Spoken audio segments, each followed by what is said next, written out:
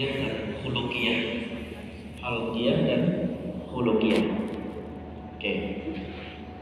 Baik, Bapak Ibu yang dirahmati Allah, bab pada sore hari ini adalah bab tentang saling tolong menolong dalam kebaikan dan takwaan. Bab at-ta'awun 'alal birri wa taqwa. At-ta'awun atau muawanah 'alal birri wa taqwa. Dalam surat Al-Maidah ayat 2 Allah Subhanahu wa taala berfirman, "Wa ta'awanu 'alal birri wat taqwa wa la ta'awanu 'alal itsmi wal 'udwan." Tolong menolonglah kamu dalam mengerjakan kebaikan dan ketakwaan. Jangan tolong menolong dalam berbuat dosa dan permusuhan. Ta'awun itu artinya tasawuf, yaitu membantu, menolong dalam kebaikan. Menunjukkan kebaikan saja sudah berpahala. Ya, biasanya kalau ada broadcast itu Bapak Ibu, adal ala khairin kafailihi, ingat ya, penunjuk kebaikan itu seperti orang yang melakukan kebaikan. Orang yang menunjukkan kebaikan seperti orang yang melakukan kebaikan. Membantu anak-anak yatim, kemudian juga membantu dalam kebaikan pokoknya. Tapi di satu sisi kita dilarang membantu dalam keburukan, dilarang membantu dalam kemaksiatan. Bersekongkol itu negatif kesannya nih, bersekongkol dalam keburukan. Bersekongkol namanya korupsi berjamaah. Bersekongkol membantu mencatat apa? Mencatat sesuatu yang sifatnya riba, pokoknya. Membantu aja tidak boleh. Berarti membantu dalam keburukan. Yang menyaksikan, yang mencatat pelakunya, ya gitu. Membantu menjualkan minuman. Nah, minuman keras namanya, nggak boleh ya. Yeah. Kenapa? Atau yang dosa semisal. Kalau dosa itu kata Nabi, maha sadrika, apa yang nggak enak di dalam hati. Wa karihta an tatlu'a bainan nas, sedangkan kamu itu malu dilihat manusia.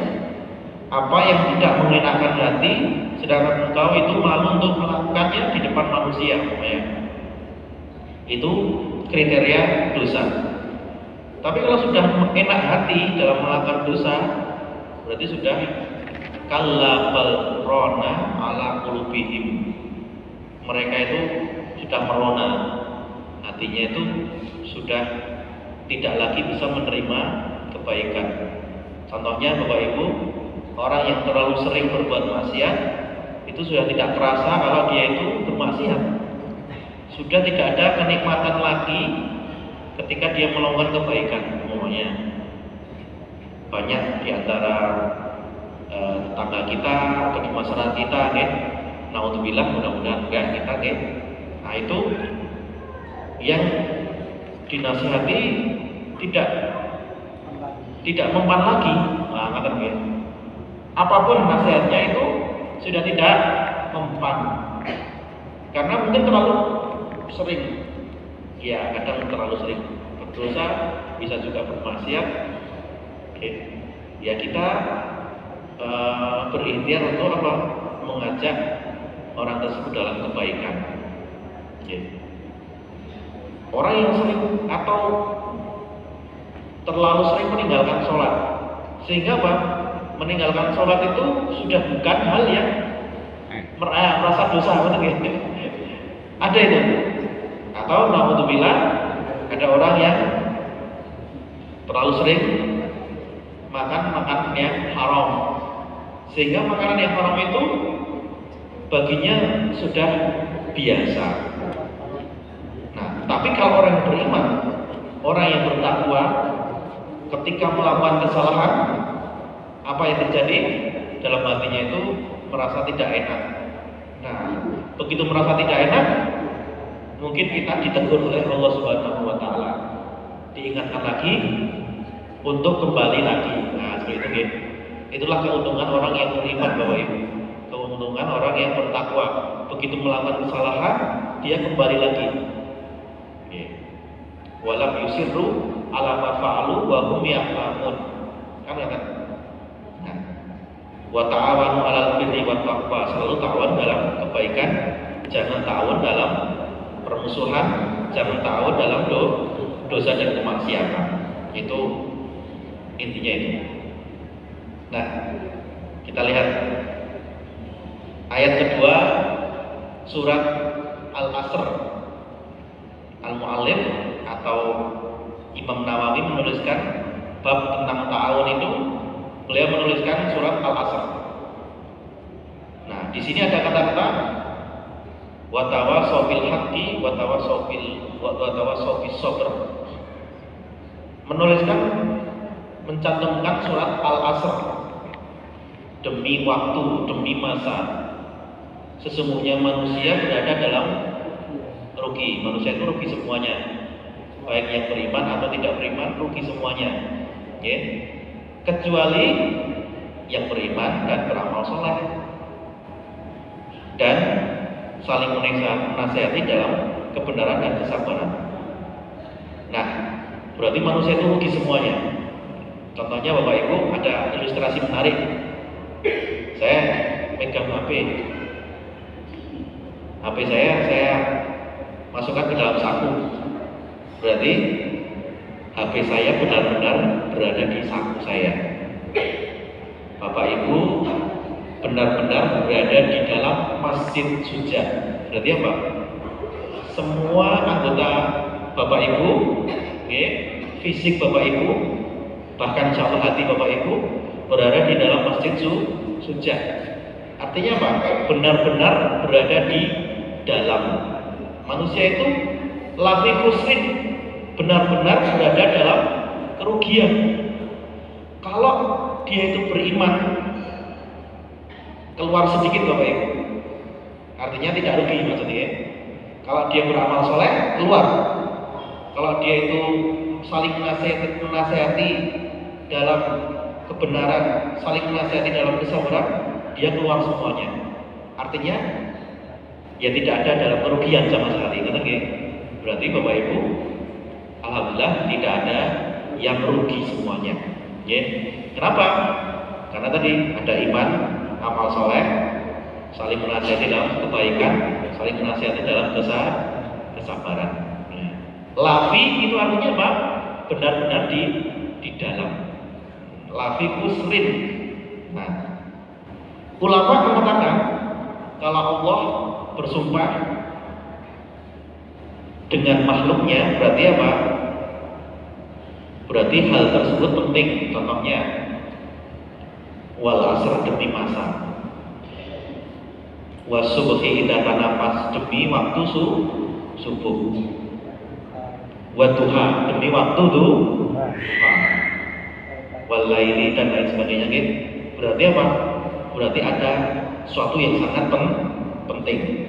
Ada apa di waktu duha, Bapak Ibu? Berarti kan semuanya dalam kegiatan namanya, kan? Nah, itu penting. Berarti demi waktu subuh, ada apa di waktu subuh? Ngerti nggih? Banyak orang yang masih terlelap dalam kenikmatan tidur. Ada apa di situ? Allah sediakan pahala yang besar. Sholat yang paling berat termasuk sholat subuh dan sholat isya. Kalaupun seandainya orang kafir tahu pahalanya itu dan boleh sholat, maka akan mendatangi masjid, mendatangi tempat ibadah dengan cara merangkak. Masya Allah. Meskipun merangkak, mereka akan merangkak. Kalau tahu pahalanya besarnya, pahala sholat subuh dan sholat isya. Kalau sholat isya kan memang rasanya waduh, rasanya kok ngantuk. Sholat subuh juga sama, oke?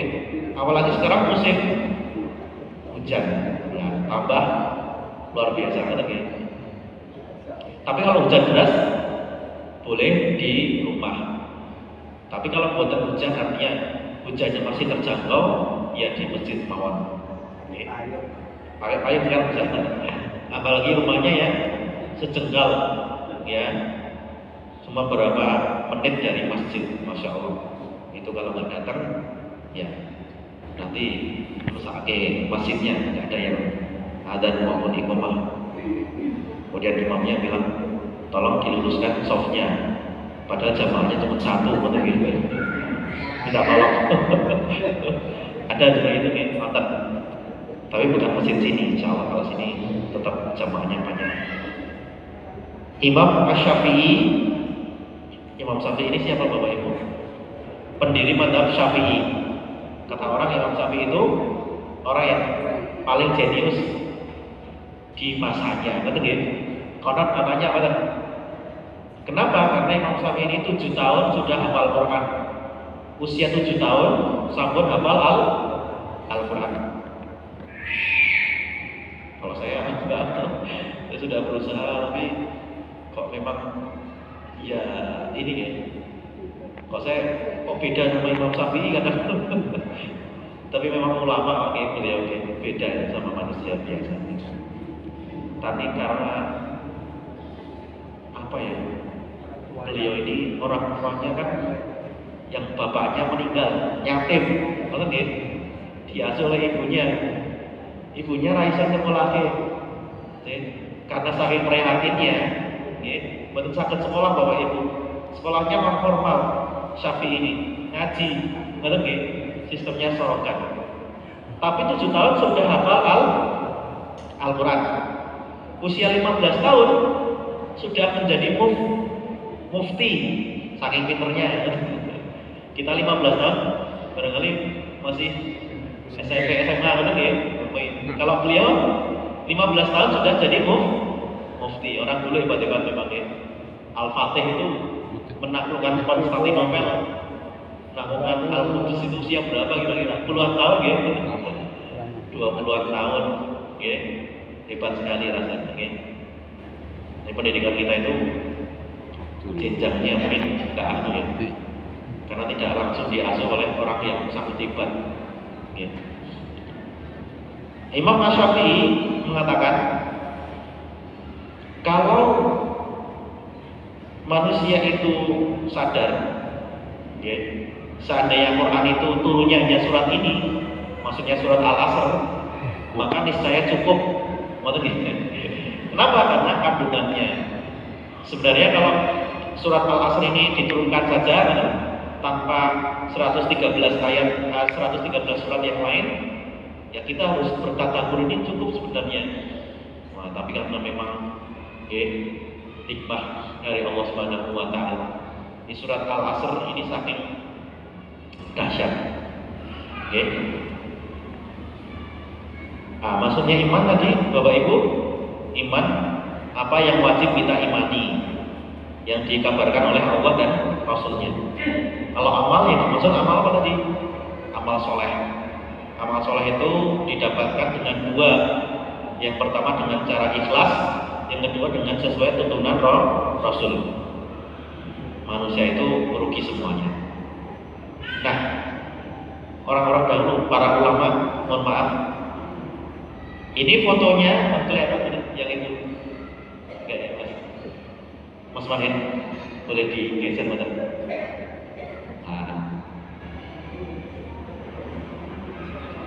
Agak sini dikit ya. Nah, atau kena angin ya kalau ibu ini. Nah, kelihatan ya? Itu Kiai Haji Ahmad Dahlan mengajarkan surat Al-Asr itu 8 bulan. Kalau beliau mengajarkan surat Al-Ma'un 3 bulan. Ternyata lebih lama beliau mengajarkan surat Al-Asr. Tapi bukan berarti satu surat lebih penting dari surat yang lain, bukan. Hanya karena apa? Kejar-kejaran antara waktu dan amal soleh. Kejar-kejaran. Kan kalau kita kita di dunia ini yang ngapain ya? Kita kan kejar terus kan ya.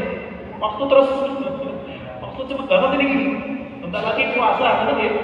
Antara umur, waktu sama amal soleh ini kejar-kejaran Bapak Ibu. Makanya kita tidak bisa menunggu kita berbuat amal soleh, nggak bisa menunggu. Maka Nabi mengatakan, badiru bi amali fitanan kaqitain minal laili mutlimi yusbihu rajul mu'minan wa yumsi kafiran au yumsi kafiran wa yusbih mu'minan yabi'atinahu bi arati minad dunya. Jangan tunda sedikit pun, jangan sampai menunda kebaikan, bahaya. Kalau menunda kebaikan akan datang masa sibuk, akan datang masa nggak bisa karena sakit, datang masa kita nggak ada kesempatan. Seperti malam menggulung siang, malam menggulung siang. Orang paginya kafir, malamnya beriman bisa, atau paginya iman, sore harinya atau malam harinya kafir, mungkin. Ya bi'adinamu bi aradin minad dunya. Ada yang sampai menjual dunia, menjual agamanya dengan harga yang murah. Kata dia, wah ini kita marahi. Dasar sekali kata dia. Jadi kejar-kejaran. Kiai Ahmad Dahlan mengatakan tubuhku ini nggak kuat. Kalau nanti saya usia berapa? Beliau meninggal 54 tahun lagi. Kalau usia 60 nggak kuat lagi. Kalau usia 70 nggak kuat. Apalagi 80, saya orang kuat.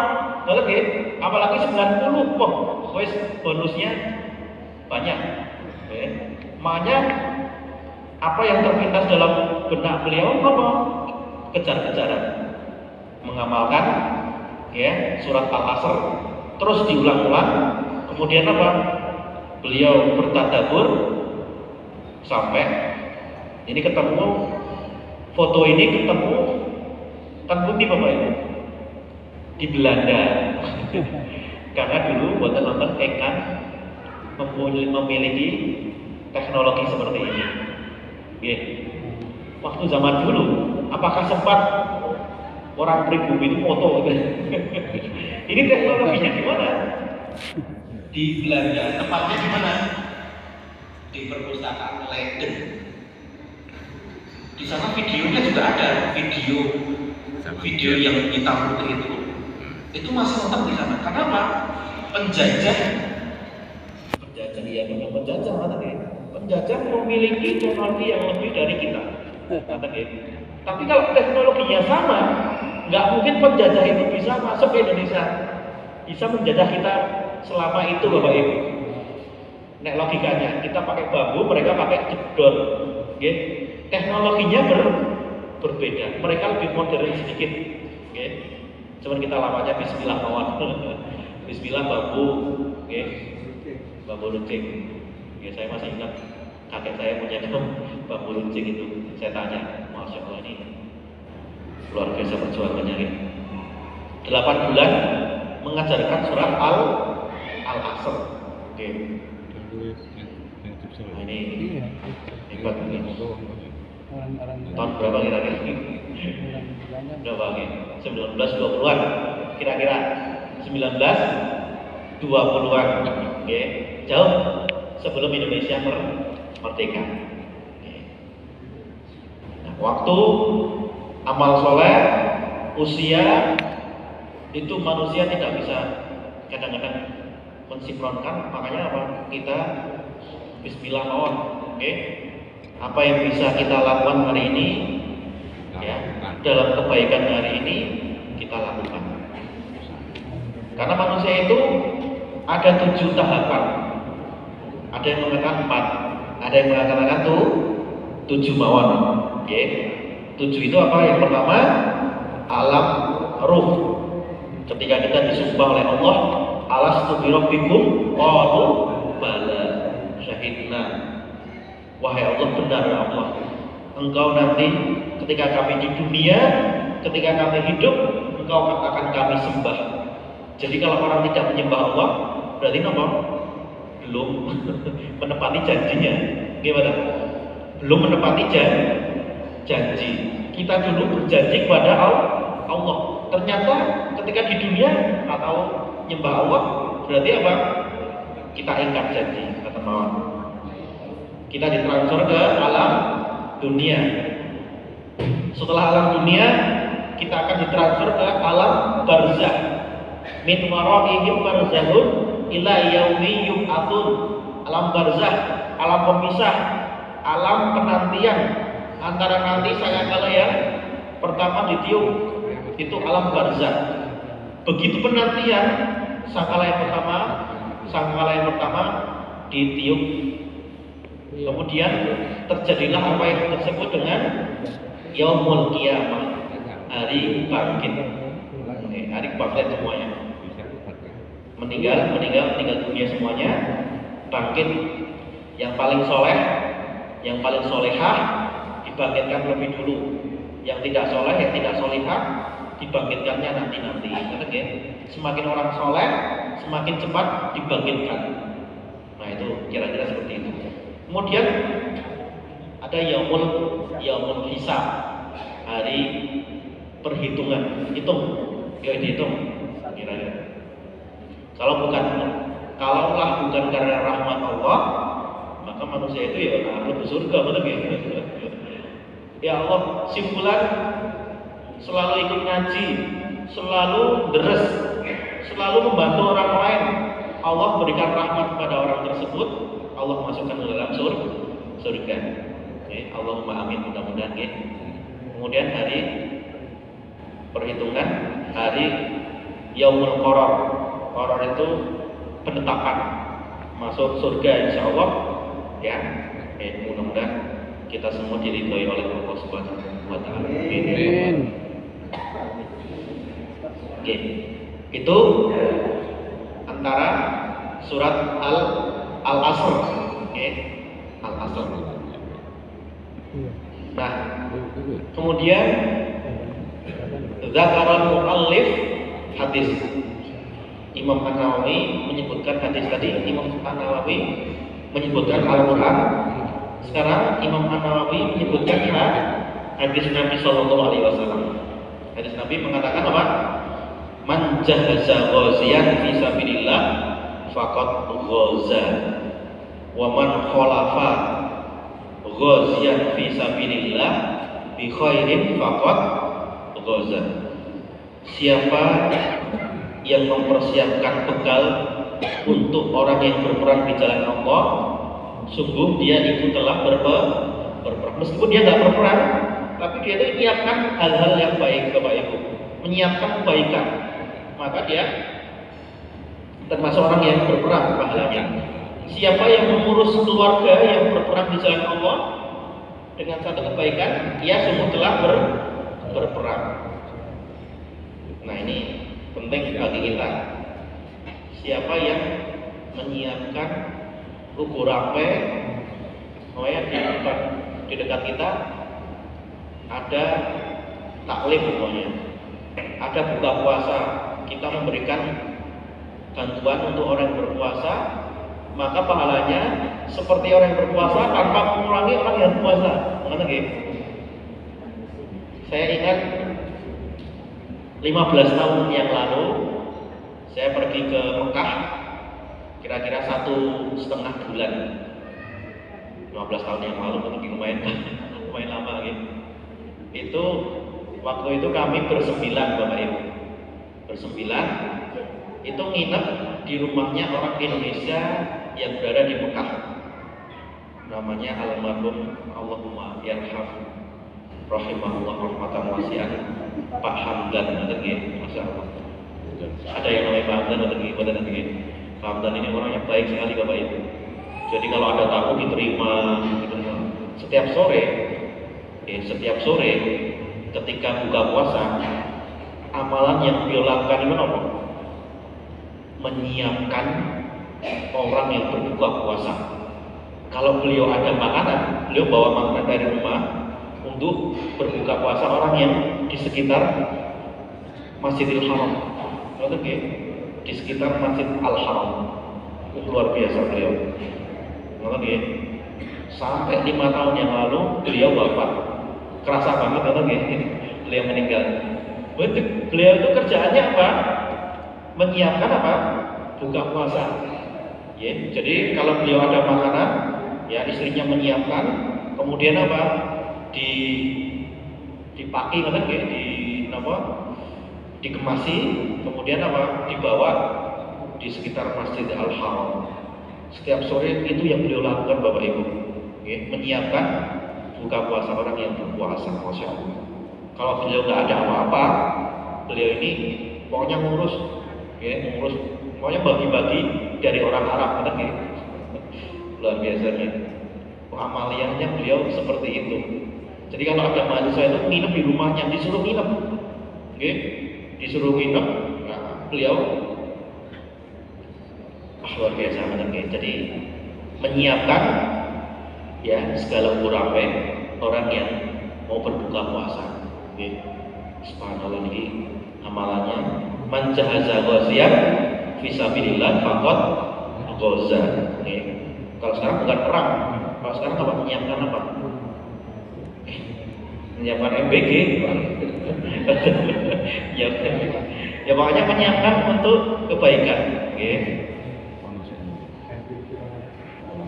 Nah, Ibnu Hajar Al-Asqalani mengatakan hadis ini isinya anjuran untuk berbuat kebaikan kepada orang yang melakukan suatu kemaslahatan bagi kaum muslimin atau melaksanakan suatu urusan di antara kepentingan mereka.